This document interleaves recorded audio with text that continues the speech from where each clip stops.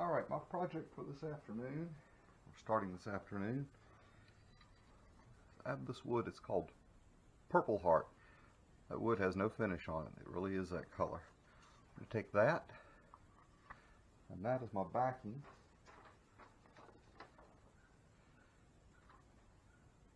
See if I can't make something like that with the scroll saw today.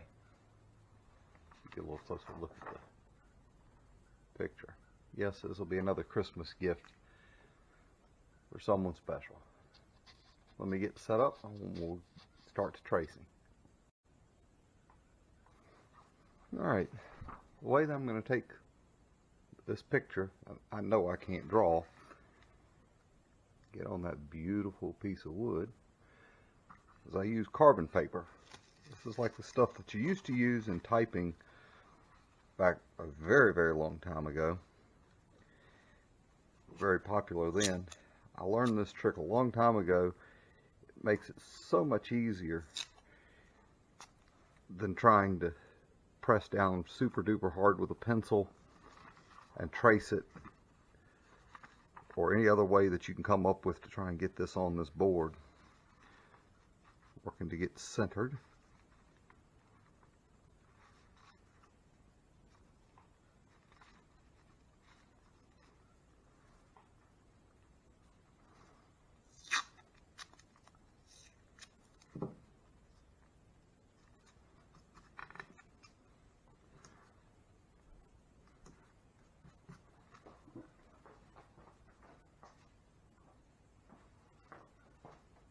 As I said, I'm making this as a Christmas gift. There was a friend over at the house earlier this year that saw that I'd made a pair of these and said that she would really like them. So I hope she appreciates it. So what I'm going to do is I'm going to take my pencil and I'm going to draw on every line of where I want to cut.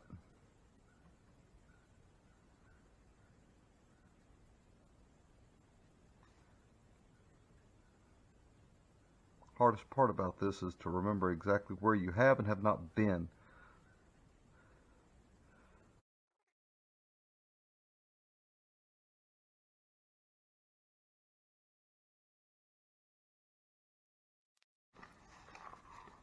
When you lift the carbon, you just barely see the lines. That's what I have to work off of. Let me get the scroll saw set up and we'll go to cutting. Since I'm going to take and cut the angel out of the middle and leave the outer part as a frame, I don't want to have a line going in and at any point to get into the middle. So I'm going to need to make a hole so that I can cut down through the center and then cut out all the internal parts.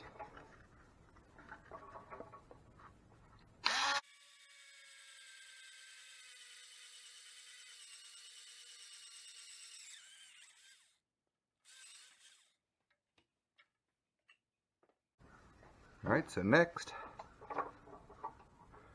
remove the blade so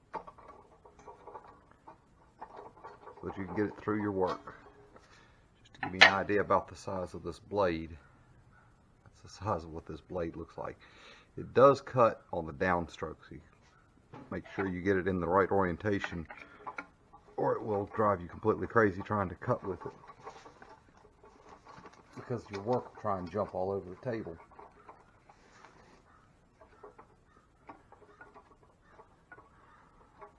Alright, we are now set up to start making the first cuts.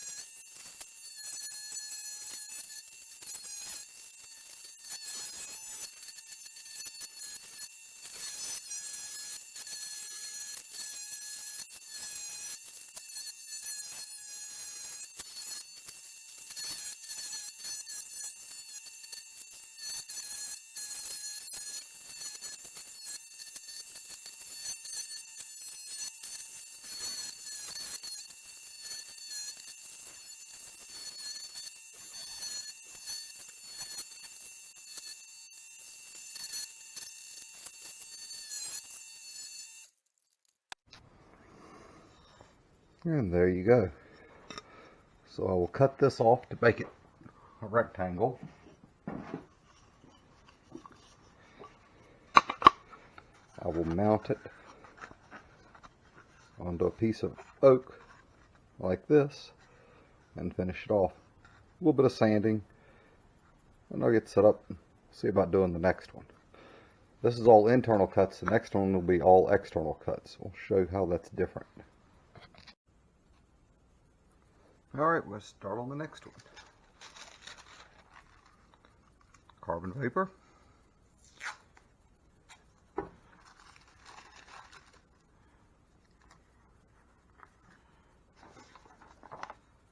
Pattern. Gotta have a pencil. As I said, this one we're going to cut the outside part off, leaving just the inside pieces. Won't have enough room to tape, so I've got to make sure I don't move at all, or I'll end up with a blurry picture.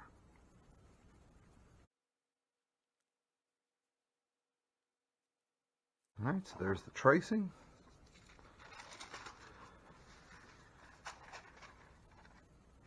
There's my angel. Let me go set up the scroll saw. We'll go at it again. Well, I just checked my camera, and I'm not sure how much of that it got videoed on. But here is the cutout one. You can compare to this one.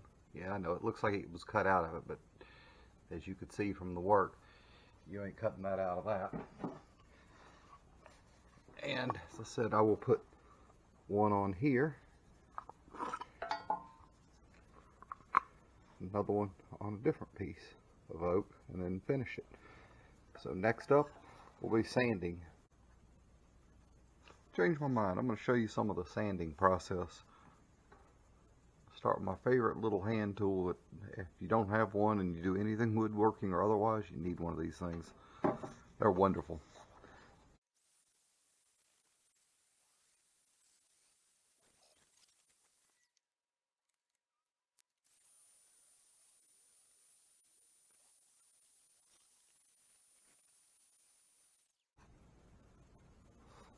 Now that I got all the nooks and crannies sanded out, I'm going to start on the belt sander.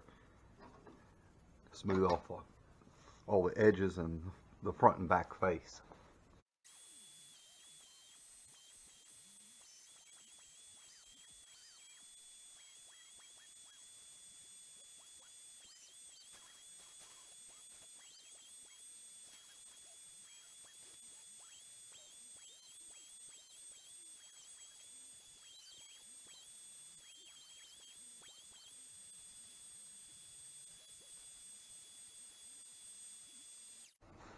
Alright, now we're good and dusty. So, what is next is going to be to do the finish on these. And they're going to end up looking a little bit like this. For the finish, what I'm going to do is, I'm debating on whether I want to just do clear coat or if I want to do a golden oak finish on the oak. Almost tempted just to leave it as is, then just do clear coat on everything. I'll think about it and I'll get back to you. Alright, I've gotten these all glued up, and since I'm going to put a finish on them, I want to do my piece that I always do on the back of everything I make. My dad used to call it an insignia. My grandfather used to do it as well, and it's basically something to be able to tell who made it and when. And I've heard just a year or two ago another name for it. It's called a maker's mark. So for my maker's mark,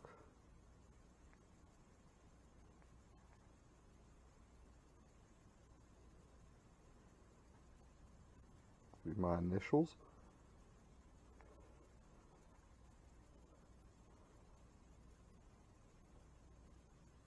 and the year. and we have to finish. Alright, I have my maker's marks done.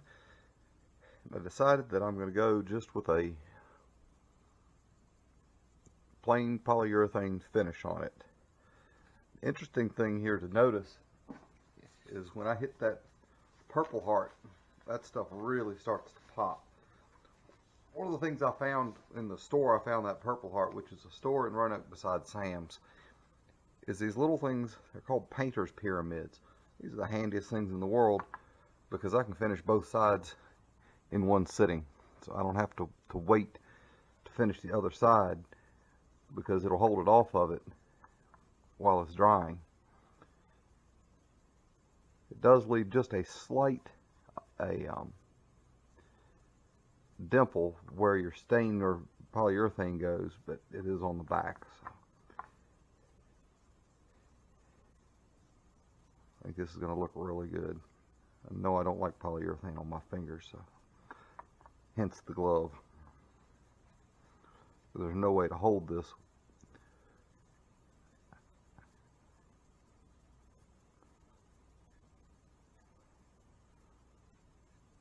otherwise. Alright, so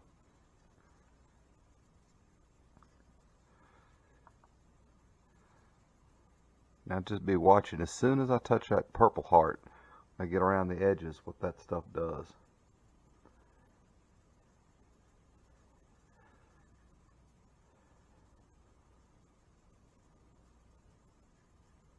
Wish I could think of the name of the woodworking store that I bought the Purpleheart in. Bought it years ago for some other projects. I need to buy some more of it. It's fairly expensive exotic wood. Can't remember. I think it's out of South America if I remember correctly.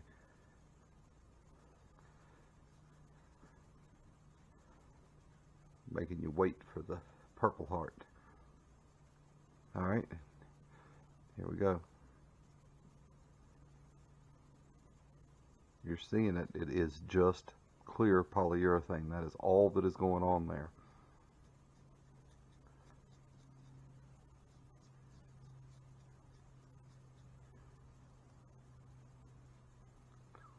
That color really comes out with a little bit of polyurethane on it.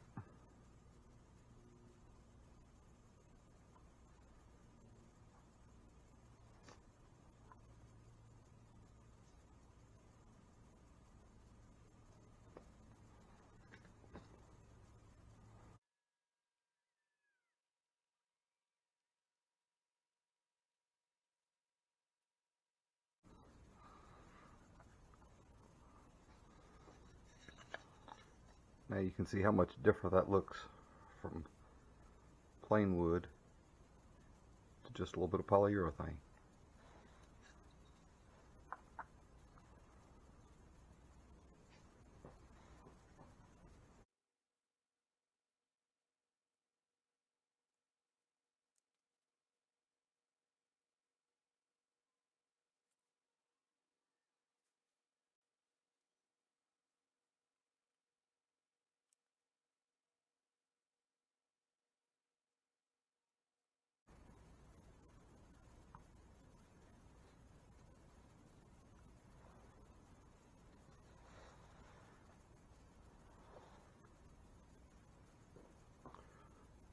And there you have it, my next Christmas gift.